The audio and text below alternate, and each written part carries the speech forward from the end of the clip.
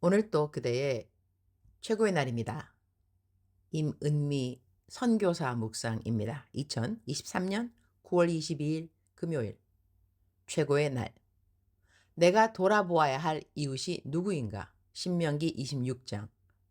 어제도 설교 이후에 신우회 예배 오신 분들 한 분 한 분 모두 기도해 드리고 늦은 밤 집으로 돌아왔다. 보통 이렇게 집에 늦게 들어오는 날은 차 안에서 사역하는 시간 동안 밀려있는 카톡들을 보면서 답을 해주면서 집으로 오는 편이다.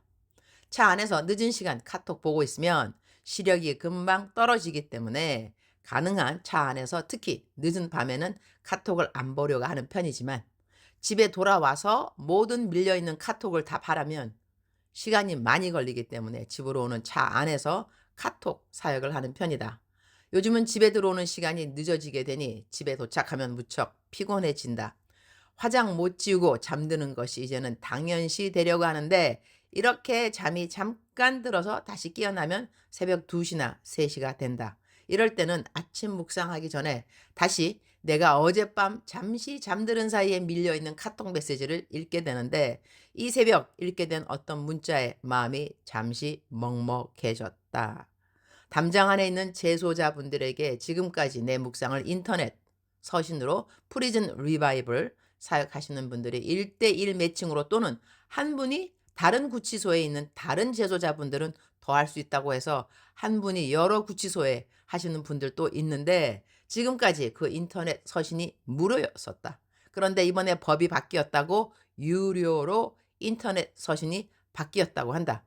이래서 내가 어제 나의 최고의 날 묵상 게시판에 인터넷 서신을 어떻게 다른 방법으로 보낼 수 있는지에 대한 광고를 올렸는데 프리즌 리바이벌 사역에 대표되는 분이 요즘 담장 안에 재소자분들이 묵상을 못 받게 될까 봐 염려의 편지글을 많이 보내온다고 한다. 그런 말을 얼마 전에 들었는데 오늘 새벽 아래와 같은 글을 보았다. 안녕하세요. 어느 구치소에서 묵상을 받고 있는 누구누구라고 합니다. 매일매일 묵상을 읽으며 같이 있는 형, 동생들과 힘겨운 수용 생활을 잘 이겨내고 있는 중입니다. 다름이 아니라 이번 전자서신 개편이 되면 전자우편이 유료가 되는데 이 경우 10월 4일부로 묵상을 더 이상 받아볼 수 없는 건지 궁금하여 연락드렸습니다. 혹시 묵상이 중단되어도 지금까지 잘 모아둔 묵상을 보면서 잘 보내도록 하겠습니다. 그리고 같은 방에서 가장 독실하신 어느 형님께 오늘 묵상이 전달되지 않았습니다. 확인되시면 다시 보내주시면 감사드리겠습니다. 또 형님께서 글을 잘 못 쓰셔서 제게 대신 묵상을 추천해 달라고 하셨습니다.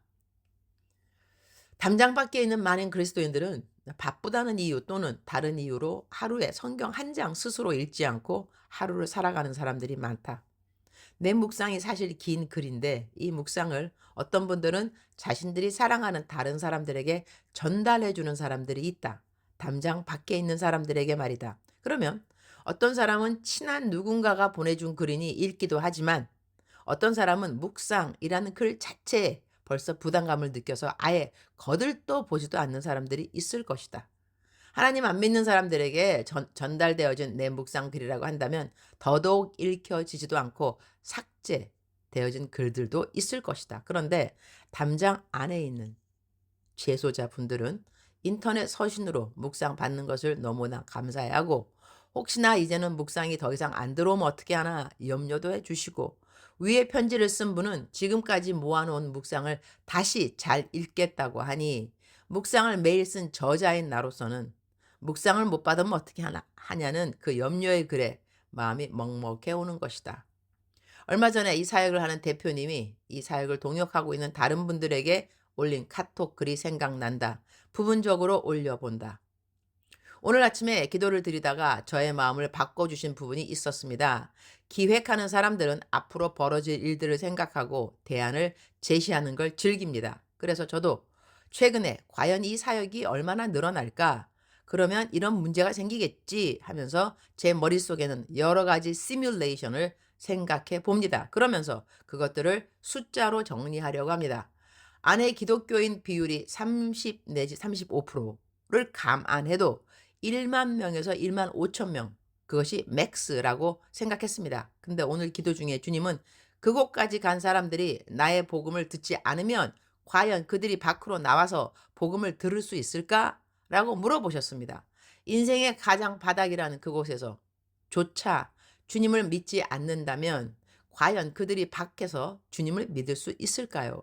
어떤 분들은 이렇게 얘기합니다. 그 안에서는 편지로 정말 잘 믿을 것처럼 말하지만 나와서는 다시 죄된 모습으로 돌아갈 것이다 라고요. 맞는 말씀입니다. 아마도 많은 분들이 다시 나오면 똑같이 죄를 저지르고 다시 그곳으로 돌아갈 수도 있습니다. 그렇다고 복음을 그분들에게 전하지 않을 수 없습니다. 그럼에도 불구하고 복음을 전해야 합니다. 왜냐하면 저도 매일같이 죄를 짓고 죄 속에서 살아가고 있는 자이기 때문입니다. 저는 오늘 저의 한계를 넘어서 제한적으로 생각했던 이 사역의 방향을 바꾸고자 합니다. 그 안에 있는 1만 명에서 2만 명의 기독교인이 아니라 그 안에 있는 5만 4천 명이 저희가 보내는 결심문을 읽게 될 수 있는 방향으로 바꿔보려고 합니다. 그 안에 있는 그 누군가에게는 이것이 마지막 복음이라고 생각하고 진행해 나가겠습니다. 시스템 변경으로 많은 갈등이 있으실 것 같습니다. 그럼에도 불구하고 이렇게 여러분들의 섬김에 너무 감사드리고 선교사님이 자주 하시는 말씀이시죠. 그런 여러분의 마음을 주님이 알고 계십니다. 다시 한번 머리 숙여 진심으로 감사드립니다. 프리즌 리바이벌 운영팀 드림. 기승전 복음 전파. 나는 프리즌 리바이벌 사역을 통하여 한국에 있는 제소자분들이 한 명 한 명 주님께 돌아오는 것을 보면서 이 사역을 시작한 모든 프리즌 리바이벌 동역자들이 참으로 귀한 동역자들이라는 것이 감사하고 주님 다시 오실 때가 어쩌면 우리가 생각하는 것보다 더 빨리 오시겠구나. 그런 생각도 하게 된다. 추수할 것 많은데 추수할 일꾼이 없다는 성경 말씀이 기억난다.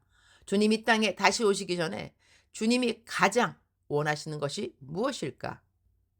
신명기 26장 13절. 그리할 때에 내 하나님 여호와 앞에 아뢰기를 내가 성물을 내 집에서 내어 레위인과 객과 고아와 과부에게 주기를 주께서 내게 명령하신 명령대로 하였사오니 내가 주의 명령을 범하지도 아니하였고 잊지도 아니하였나이다. Then say to the Lord your God, I have removed from my house the sacred portion and have given it to the Levite, the foreigner, the fatherless, and the widow.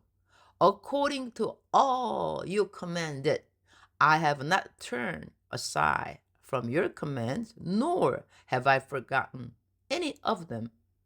하나님의 법에 대한 말씀으로 계속해서 이스라엘 백성들이 돌아보아야 할 이웃이 누군가에 대한 말씀이 나온다. 여기에 중요 메시지는 바로 나눔에 있다고 하겠다. 그 대상이 레위인과 객과 고아와 과부에게라는 말씀이 나오는데 레위인은 그 당시 딱히 자기의 기업이 없이 하나님을 성막에서 섬기는 지파였으니 요즘 말로 하면 하나님이 일을 하는데 자비량으로 일하는 사람들이라고 생각하면 쉬울 것 같다. 우리가 돌아보면 힘들게 생활하는 목회자들, 사역자들이 있다. 개척교회 목사님들, 사모님들, 선교 후원비가 늘 부족한 선교사들, 그 외에도 학원 사역이나 교정 사역, 군인 사역 등등 많은 사역자들이 세상에서 받는 월급 이런 것 없이 자비량으로 주위에서 주는 후원금으로 생활을 하기도 하고 사역도 하는 것이다. 이런 사역자들을 돌아보라는 것이 바로 성경의 가르침인 것이다. 그러한 사역자들 외에 객과 고아와 과부에게 주라고 했으니 이는 다 재정적으로 도움이 필요한 카테고리의 사람들인 것이다. 구약에도 신약에도 하나님은 우리들이 가난하고 힘없는 자들을 꼭 돌아보라는 것이 성경의 메시지인 것이다. 주님 오늘 또 최고의 날입니다. 우리들에게 돌아보라고 허락하신 이웃이 누구인지 돌아보는 것을 잊지 않고 우리가 신앙생활을 하도록 도와주옵소서. 오늘은 계속해서 만남 사역이 있는 날입니다. 한 분은 브라질에서 오셨고 한 분은 싱가포르에서 오셨습니다. 모든 만남의 시간들 가운데 우리가 하나님을 더 사랑하고 이웃을 더 돌아보는 사람들이 될 대화를 나누도록 도와주옵소서. 주님 사랑합니다. 주님 감사합니다. 오늘 또 우리 주님 저를 보시면서 하루 종일 기쁘시면 참 좋겠습니다. 사랑하는 그대여, 사랑하는 그대여 출석 부르고 있습니다. 대답하셔야죠. 사랑하는 그대여, 사랑하는 그대여. 오늘 또 하나님이 그대를 이렇게 불러주십니다. 사랑하는 내 아들아, 사랑하는 내 딸아, 사랑하는 그대여. 어제는 어떻게 보내셨나요? 오늘 그대의 계획은 무엇인가요? 오늘 그대의 바쁜 스케줄 가운데서도 하나님의 말씀 읽는 거 잊지 마시고, 통독이면 통독, 필서면 필서, 암기이면 암기, 큐티이면 큐티, 하나님 앞에서 일관성 있는 영적인 훈련이 그대에게 있기를 축복합니다. 일관성 있는 영적 훈련이 있으면 많은 상황, 그 상황이 어떠하든지 간에 우리는 좌지우지 당하는 것보다 우리의 환경을 다스릴 수 있는 능력이 생긴다고 저는 믿습니다. 그대는 할 수 있습니다. 그대는 할 수 있습니다. 성경 말씀 그대로 내게 능력 주시는 자 안에서 내가 모든 것을 할 수 있나니 하나님께서 그대에게 능력을 주셨습니다. 그 능력으로 오늘 그대는 어떠한 일이라도 넉넉히 감당하게 될 것입니다. 사랑하는 그대여 사랑합니다. 사랑하는 그대여 축복합니다. 오늘 또 그대의 최고의 날입니다.